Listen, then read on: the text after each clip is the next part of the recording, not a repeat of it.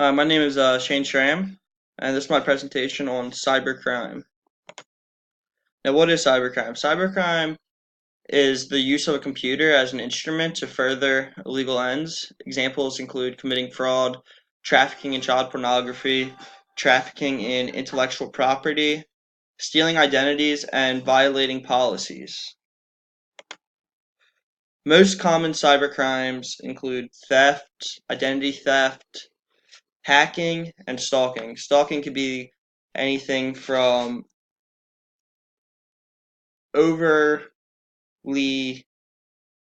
hitting up somebody like on an online app or something like that, which is considered being a creep, and you don't want to be a creep. Where is cybercrime happening? Cybercrime is a world epidemic and it's happening all over the world, and it's kind of hard to say where things are legal and not illegal because, say, you're accessing child pornography that was uploaded in a country where child pornography is legal, but you live in America where that is extremely illegal. Now, where do laws reach to? Cybercrime is happening in a place called cyberspace, which is simply a richer version of space where a telephone conversation takes place somewhere between the two people having a conversation. As a planet spanning network, the internet offers criminals multiple hiding places in the real world as well in the network itself. Cyberspace is simply a richer version of the space where the telephone conversation takes place now. What are we doing about this? Now, as a society, this is an epidemic, and many different cybersecurity website providers are popping up as this is becoming more recognized by the public. Our government has also taken action by adding cyber divisions in the FBI. And these cyber divisions are to address cybercrime in a coordinated and cohesive manner. The FBI Cyber Division. Now, there's specially trained cyber squads which there's 56 field offices staffed with agents and analysis who protect against law investigative computer intrusions, theft, intellectual property, and personal information. Child pornography and exploitation and online frauds are things that they try to work against. Then there's the cyber action team they've developed, which travels around the world on a moment's notice to assist in computer intrusion cases, and they gather vital intelligence that help us identify the cyber crimes that are most dangerous to our national security and to our economy. Then there's the Computer Crime Task Force, which is nationwide that combats state-of-the-art technology and resources of our federal government, state, and local counterparts. Tips to protect yourself from falling victim are to look out for too good to be true things, such as lucrative offers that are eye catching or attention grabbing statements that are designed to attract people's attention immediately. For instance, many claim that you have won an iPhone or a lottery ticket or some sort of lavish prize.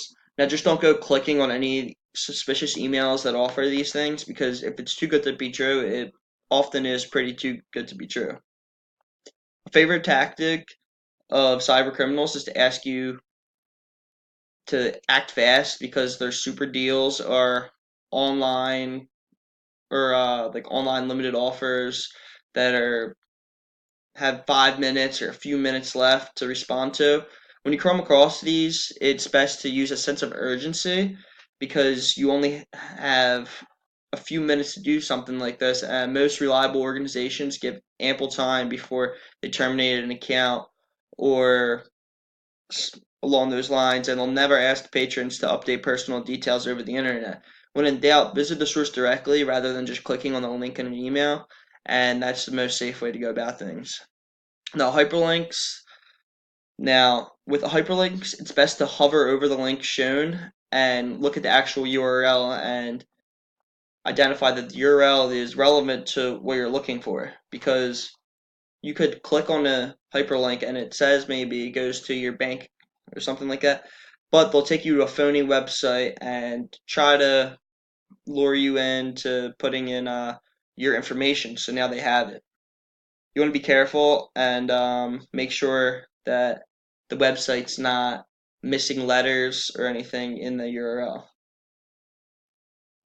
Now, for attachments, if you see attachment in your email you weren't expecting, then that doesn't make sense.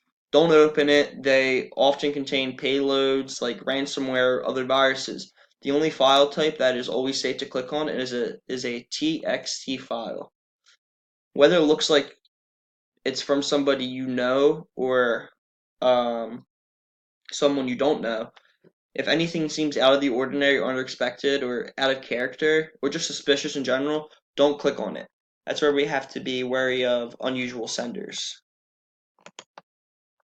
Now, what can businesses do to become cyber safe? Now, you want to alert and educate your workforce with preventative strategies and appropriate reactive measures that whether if a breach occurs so they know what to do. You also want to instruct your employees to refrain from, like I said earlier, hovering over hyperlinks first and not just clicking them right away, and make sure the URL is actually related to the company. You also want to ensure your employees refrain from supplying login credentials or personal identity information in response to an email or forward.